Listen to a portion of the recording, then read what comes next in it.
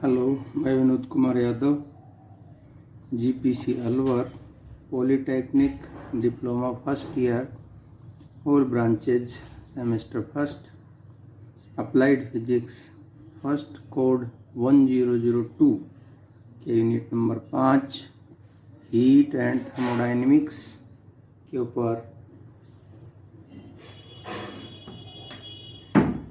Video lecture बनाए हैं। Topic का नाम है modes of heat transfer with examples. Heat transfer के जो तरीके हैं, विधियां हैं, वो 3 विधियां हैं: कंडक्शन, कन्वेक्शन एंड रेडिएशन। तो इसके ऊपर सबसे पहले हम कंडक्शन जो मेथड है उसके ऊपर फोकस करेंगे, उस पर ध्यान देंगे। तो इसमें सवाल जो हमने बनाया है वो है, ऊष्मा संचरण की विधियां कौन कौन सी हैं? ऊष्मा संचरण की व ऊष्मा संचरण की चालन विधि कंडक्शन मेथड का वर्णन कीजिए। कंडक्शन मेथड चालन विधि का वर्णन करना है, डिस्क्रिप्शन देना है। तो सबसे पहले ऊष्मा संचरण की विधियां 3 होती हैं, 3 विधियां हैं। सबसे पहला है चालन विधि कंडक्शन मेथड, दूसरा है संवहन कन्वेक्शन मेथड, और तीसरा है रेडिएशन विकिरण विधि। तो ये 3 विधियां हैं, चालन, संवहन तथा विकिरण। इन 3 विधियों से ऊष्मा एक स्थान से दूसरे स्थान तक जाती है, संचरण करती है, ट्रांसफर होती है, गमन करती है। अब इसमें चालन विधि का अध्ययन करेंगे। इस टॉपिक में हम कन्वेक्शन और रेडिएशन, संवहन विकिरण विधि अगले लेक्चर में पढ़ेंगे। तो अब इसके अंदर है चालन विधि। चालन विधि की परिभाषा क्या है? चालन विधि में क्या होता है? इस विधि में ठोस, द्रव, गैस तीनों प्रकार के पदार्थों में ऊष्मा का संचरण हो सकता है। तीनों जो अवस्था है पदार्थ की, तीनों में इस विधि से ऊष्मा का संचरण हो सकता है, होता है। ये माध्यम के कण गमन नहीं करते हैं। माध्यम के कण एक स्थान से दूसरे स्थान तक नहीं जाते हैं। माध्यम के कण अपनी माध्य स्थिति, मीन पोजीशन के इर्द गिर्द कंपन करते हैं, वाइब्रेशन करते हैं, कंपन करते हैं, और ऊष्मा को एक कण से दूसरे कण को देते हैं। जैसे ऊष्मा किसी भी माध्यम के या पदार्थ के या धातु की छड़ के एक सिरे से दूसरे सिरे तक स्थानांतरित करते हैं। ये जो कण हैं वो गमन नहीं करते। एक्चुअल में no transfer of particles, only vibrate, particle vibrate about their mean position. चालन के लिए माध्यम का होना आवश्यक है। बिना माध्यम के चालन विधि से ऊष्मा स्थानांतरित नहीं हो सकती है। अब है चालन विधि के मुख्य तथ्य, फैक्ट्स क्या हैं, जो मेन इसके फैक्ट्स हैं वो अपने पास क्या हैं। तो पहला, इसमें चालन एक धीमी प्रक्रिया है। चालन विधि से जो ऊष्मा प्रवाह होती है, ऊष्मा एक स्थान से दूसरे स्थान तक जाती है, स्लो प्रोसेस है, धीमी प्रक्रिया है। इसमें द्रव या पदार्थ का प्रवाह नहीं होता है। ये पहले बात कर चुके हैं हम कि माध्यम के कण गमन नहीं करते हैं। माध्यम के कण अपनी मध्यमान स्थिति के इर्द गिर्द कंपन करते हैं। जिस माध्यम से ऊष्मा प्रवाहित होती है उसका ताप बढ़ जाता है। इस विधि में माध्यम जिससे ऊष्मा प्रवाहित हो रही है उसका भी ताप बढ़ जाता है। जैसे लोहे की छड़ को या चिमटे को एक सिरे से गर्म करें तो दूसरे सिरे तक ऊष्मा पहुंच जाती है, तो पूरा छड़ जो होता है वो गर्म होती है, तो माध्यम का ताप बढ़ता है। ठोस पदार्थों में केवल चालन होता है, चालन विधि से ही ऊष्मा का संचरण होता है। ठोस पदार्थों के अंदर संवहन और विकिरण विधि से ऊष्मा का संचरण नहीं होता है। अधात्विक ठोस व तरल पदार्थों में चालन अणु के कंपन के कारण होता है। वाइब्रेशंस करते हैं पार्टिकल अपनी मेन पोजीशन के अबाउट, उससे ऊष्मा का स्थानांतरण होता है। अतः ये दुर्बल चालक होते हैं, वीक कंडक्टर होते हैं, ऊष्मा के दुर्बल चालक होते हैं।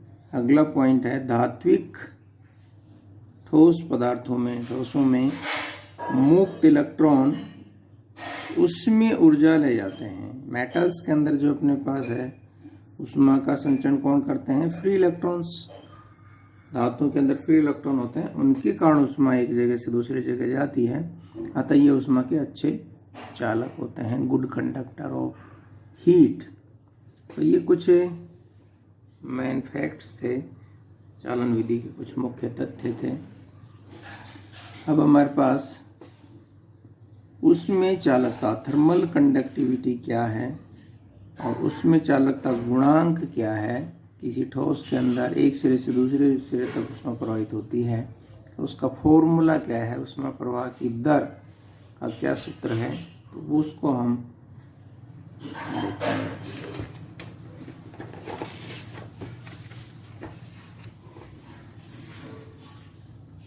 इसमें है जैसे तांबा, चांदी, लोहा जैसे धातु जो अपने पास है, मेटल्स हैं आदि ऊष्मा के चालक होते हैं, अच्छे चालक होते हैं। जबकि कुछ पदार्थ जैसे लकड़ी, कांच, ऊन आदि ऊष्मा के कुचालक होते हैं। तो पदार्थ का वह गुण जिसके कारण इन पदार्थों से ऊष्मा प्रवाहित हो सके, उसमें चालकता कहलाता है। उसमें चालकता क्या है? किसी भी पदार्थ का एक गुण है, प्रॉपर्टी है, virtue of which heat transfer through that material. ये पदार्थ का गुण है, वह गुण है जिसके कारण इन पदार्थों से ऊष्मा प्रवाहित हो सके, उसमें चालकता कहलाता है, थर्मल कंडक्टिविटी कहलाती है। जब किसी धातु के छड़ के एक सिरे को गर्म किया जाता है तो चालन विधि से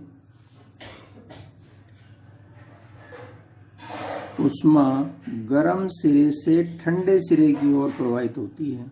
जब भी किसी धातु के छड़ को गर्म करेंगे तो इसके अंदर कंडक्शन मेथड होगा, यानी कण अपने माध्य स्थिति के आसपास वाइब्रेशन करेंगे और ऊष्मा को दूसरे आगे वाले कण को देते जाएंगे, जिससे ऊष्मा गर्म सिरे से ठंडे सिरे की ओर प्रवाहित होती है।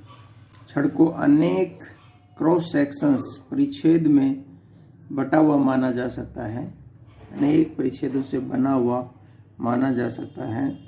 तो चालन की प्रक्रिया में प्रत्येक क्रॉस सेक्शन, प्रत्येक परिच्छेद के कण अपने से पीछे वाले परिच्छेद के कणों से ऊष्मा प्राप्त करता है। Each cross section, particle of each cross section heat transfer from one end to other. एक तरफ से दूसरी तरफ प्रत्येक परिच्छेद के क्रॉस सेक्शन के कण अपने से पीछे वाले गर्म सिरे वाले परिच्छेद के कणों से ऊष्मा लेते हैं और आगे ठंडे सिरे की ओर स्थानांतरित करते हैं। इस ऊष्मा का एक भाग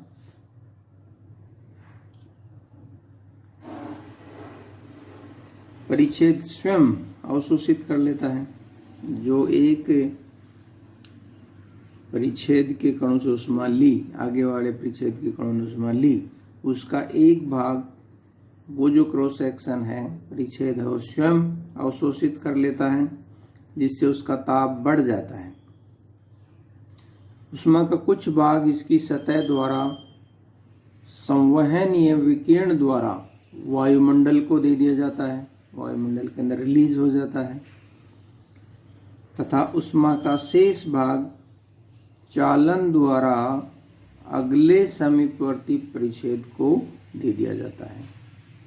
इस अवस्था में छड़ के प्रत्येक परिच्छेद का ताप समय के साथ बदलता रहता है। तो जो गर्म सिरा था उससे ठंडे सिरे के हो जाते हैं, तो प्रत्येक परिच्छेद का ताप अलग अलग होता है और वो बदलता रहता है। इसे छड़ की परिवर्ती अवस्था या अस्थायी तापीय अवस्था कहते हैं। अस्टेबल, अनस्टेबल, थर्मल स्टेट कहते हैं, तापीय अवस्था कहते हैं। यदि छड़ को लगातार गर्म करते रहें हम, यदि छड़ को हम लगातार गर्म करते रहें तो कुछ समय पश्चात एक स्थिति इस प्रकार प्राप्त होती है कि छड़ के प्रत्येक परिच्छेद का ताप समय के साथ स्थिर हो जाता है, समय के साथ नहीं बदलता है, और इस ताप को नियत हो जाने की अवस्था को ही स्थायी तापीय अवस्था कहते हैं, स्टेबल थर्मल इक्विलिब्रियम।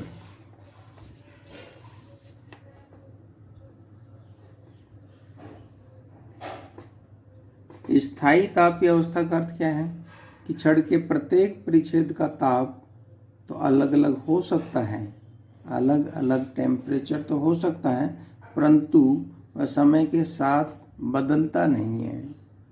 ताप में समय के साथ परिवर्तन नहीं होता है, अर्थात छड़ के प्रत्येक क्रॉस सेक्शन परिच्छेद का ताप जो भी है वह स्थिर रहता है, स्थिर हो जाता है। इस आदर्श स्थिति में यदि हम मान लिया जाए कि छड़ के किनारे पूर्णतः ऊष्मा रोधी हैं, छड़ के किनारों से ऊष्मा बाहर नहीं निकल रही है, ताकि पार्श्वों तथा परिवेश के वातावरण के सराउंडिंग के आसपास के वातावरण परिवेश के मध्य ऊष्मा का विनिमय नहीं हो सके, एक्सचेंज ऑफ हीट नहीं हो सिरों से, तब तापीय अवस्था में ऊष्मा का विनिमय एक्सचेंज नहीं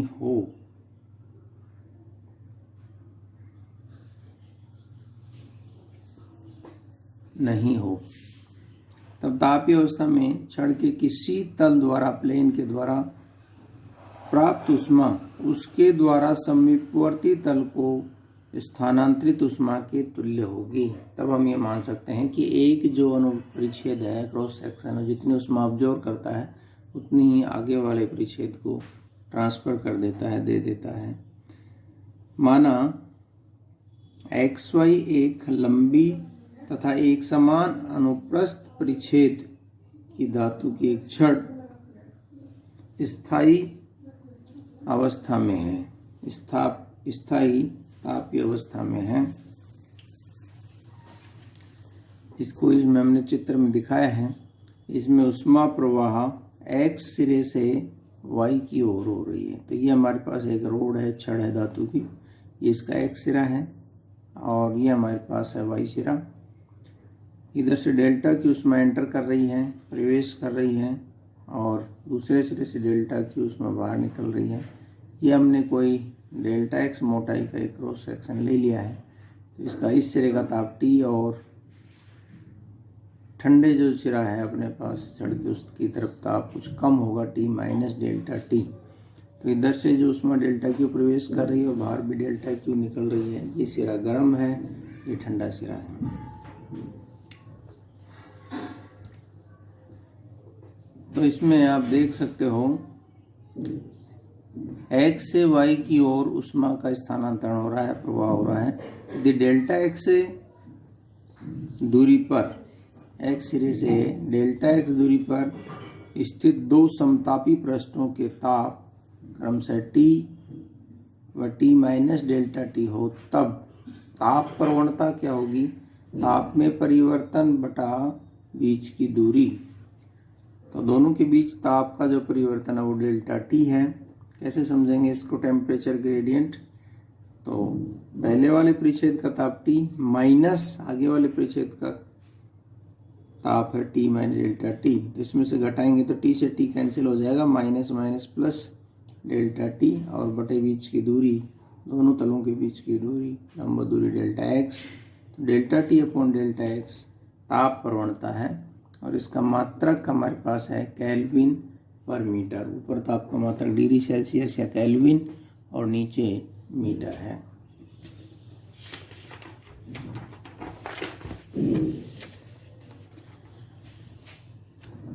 यदि प्रथम स्थिर ताप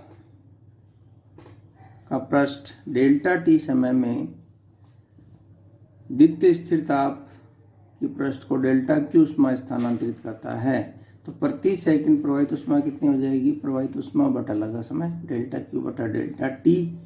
इसे ऊष्मा प्रवाह की दर भी कहते हैं। प्रति सेकंड प्रवाहित ऊष्मा बटे में सेकंड टाइम है तो उसको दर कहेंगे, ऊष्मा प्रवाह की दर, ऊष्मा स्थानांतरण की दर। प्रयोगों से ज्ञात होता है कि स्थायी तापीय अवस्था में ऊष्मा प्रवाह की दर पृष्ठ के दोनों पृष्ठों का जो कॉमन एरिया है पृष्ठ के क्षेत्रफल के समानुपाती तथा पृष्ठों के बीच ताप प्रवणता के समानुपाती होता है। Delta T upon delta x ताप प्रवणता के भी समानुपाती होता है और एरिया के भी समानुपाती होता है, जिसे ऊष्मा निकल रही है और दूसरे तल के द्वारा शोषित की जा रही है। अर्थात ऊष्मा प्रवाह की दर delta Q upon delta T समानुपाती A delta T upon delta x. समानुपाती चिन्ह हटाएंगे तो कुछ कांस्टेंट के आ जाएगा, इसे ऊष्मीय चालकता गुणांक कहते हैं। तो ये माइनस क्यों आया? यहाँ ऋण चिन्ह, ऋणात्मक चिन्ह यह दर्शाता है कि पृष्ठों के बीच की दूरी x बढ़ने पर ताप का मान कम होता जाता है। जैसे जैसे हम गर्म सिरे से दूर जाते हैं तो टेम्परेचर कम होता जाता है, ताप का मान कम होता जाता है। के समानुपाती नियतांक है, इसे छड़ के पदार्थ का ऊष्मीय चालकता गुणांक कहते हैं, कोफिशिएंट ऑफ थर्मल कंडक्टिविटी के। तो ऊष्मीय चालकता गुणांक जो हमारे पास है के का मान छड़ के पदार्थ पर निर्भर करता है। इसकी परिभाषा हम कैसे देंगे? यदि एरिया ए 1 मीटर स्क्वायर हो और ताप प्रवणता delta T upon delta x वो भी एकांक हो, ताप प्रवणता भी इकाई हो, delta T upon delta x का मान भी 1 केल्विन प्रति मीटर हो, और जो एरिया है क्षेत्रफल है वो भी 1 वर्ग मीटर हो, तो इस समीकरण नंबर 1 से हम ए का मान 1 रख देंगे, delta T upon delta x का मान 1 रख देंगे, तो के बराबर कितना आ जाएगा? डी क्यू बटा डी टी। मोड क्यों लगाया है कि माइनस चिन्ह भी प्लस हो जाएगा, केवल मान ले रहे हैं हम। तो इसकी परिभाषा दे सकते हैं हम उसमें चालकता गुणांक के की डेफिनेशन परिभाषा, किसी ठोस के एकांक क्षेत्रफल से 1 वर्ग मीटर से तथा एकांक ताप प्रवणता की स्थिति में ऊष्मा प्रवाह की दर को ठोस का ऊष्मीय चालकता गुणांक के कहते हैं। एरिया 1 हो, ताप प्रवणता 1 हो, तो ऊष्मा प्रवाह की दर ही उसका ऊष्मीय चालकता गुणांक कहलाता है, जो ऊष्मीय चालकता गुणांक के बराबर होता है। के का मात्रक भी हम निकाल सकते हैं, तो के बराबर कितना जाएगा? समीकरण नंबर 1 से हम देख लेते हैं। तो delta Q upon delta T ऊष्मा प्रवाह की दर के बटे में एरिया और ताप प्रवणता आ जाएगा delta T upon delta X. तो ऊपर तो है किलो कैलोरी प्रति second, area metre square, kelvin प्रति मीटर, तो मीटर से मीटर कट जाएगा, तो ये आ जाएगा किलो कैलोरी बटे में मीटर, सेकंड भी नीचे आ जाएगा, केल्विन, किलो कैलोरी प्रति मीटर प्रति सेकंड प्रति केल्विन, या किलो कैलोरी प्रति मीटर प्रति सेकंड। केल्विन को डिग्री सेल्सियस से रिप्लेस कर सकते हैं, डिग्री सेल्सियस पैमाने में अगर हम लिखें तो ये हमारे पास इसका मात्रक हो गया। यदि ऊष्मा को जूल में व्यक्त किया जाए, यदि ऊष्मा को जूल में व्यक्त किया जाए तो किलो कैलोरी की जगह जूल प्रति मीटर प्रति सेकंड प्रति केल्विन, और जूल प्रति सेकंड जो होता है वो वाट होता है, पावर शक्ति, वाट प्रति मीटर प्रति केल्विन। के का विमीय सूत्र भी निकाल सकते हैं हम। जूल जो ऊर्जा है वो कार्य के बराबर होती है m1L2T-2, मीटर लंबाई L, temperature T, time T और केल्विन K। इसको ऊपर ले जाएंगे तो m1 लंबाई की पावर 1, T-3, K-1।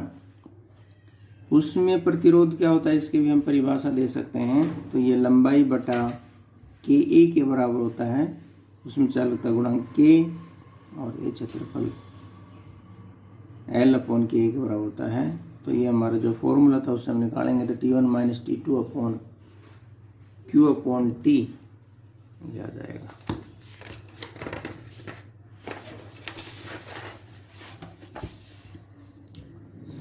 देखो उष्मा प्रवाह की दर ये होती है हमारे पास Q/T बराबर KA ताप प्रवणता, ताप में परिवर्तन बटा दूरी। ताप प्रवणता होती है ताप में परिवर्तन T1 - T2 बटा दो तलों के बीच की लंब दूरी L, ताप में परिवर्तन बटा लंब दूरी, ये तो ताप प्रवणता होती है। और ये उष्मा प्रवाह की दर,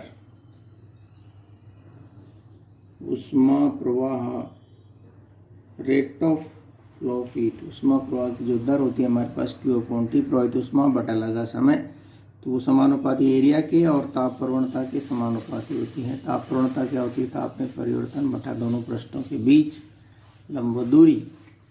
तो इससे हम इस लंबाई को तो ऊपर ले जाएंगे, K/A को नीचे ले आएंगे तो बचेगा T1 - T2 बटा Q/T।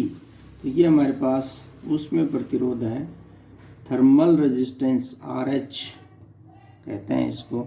तो इसका मात्रक कितना हो जाएगा? ऊपर तो हमारे पास है डिग्री सेल्सियस या केल्विन में, और ये नीचे है जूल प्रति सेकंड। सेकंड ऊपर चला जाएगा तो सेकंड इंटू केल्विन बटा जूल या सेकंड इंटू डिग्री सेल्सियस बटा जूल। इसका विमीय सूत्र भी लिख सकते हैं हम, टाइम का T, केल्विन का K और ऊर्जा का m1L2T-2। तो ऊपर जाकर के m-1 और L की पावर -2 T की पावर 3 K हो जाएगा। तो उसमें प्रतिरोधकता क्या होती है? वो तो उसमें प्रतिरोध था, उसमें प्रतिरोधकता क्या है? ये हमारे पास 1/, उसमें चालकता, उसमें चालकता का जो व्युत्क्रम है 1/, में उसमें चालकता, उसमें प्रतिरोधकता कहलाती है। और ये जो मैटर हमने इस लेक्चर का लिया है सौजन्य से source of matter, science publication Jaipur की बुक से मैटर लिया गया है, उनका बहुत बहुत धन्यवाद। तो ये था हमारे पास उष्मा स्थानांतरण संचरण की 3 विधियों में से एक विधि चालन विधि। तो उसमें चालकता गुणांक क्या होता है और उसका मात्रक क्या है, उसमें प्रतिरोध क्या है, उसमें प्रतिरोधकता क्या है, ये बात हमने देखी। धन्यवाद।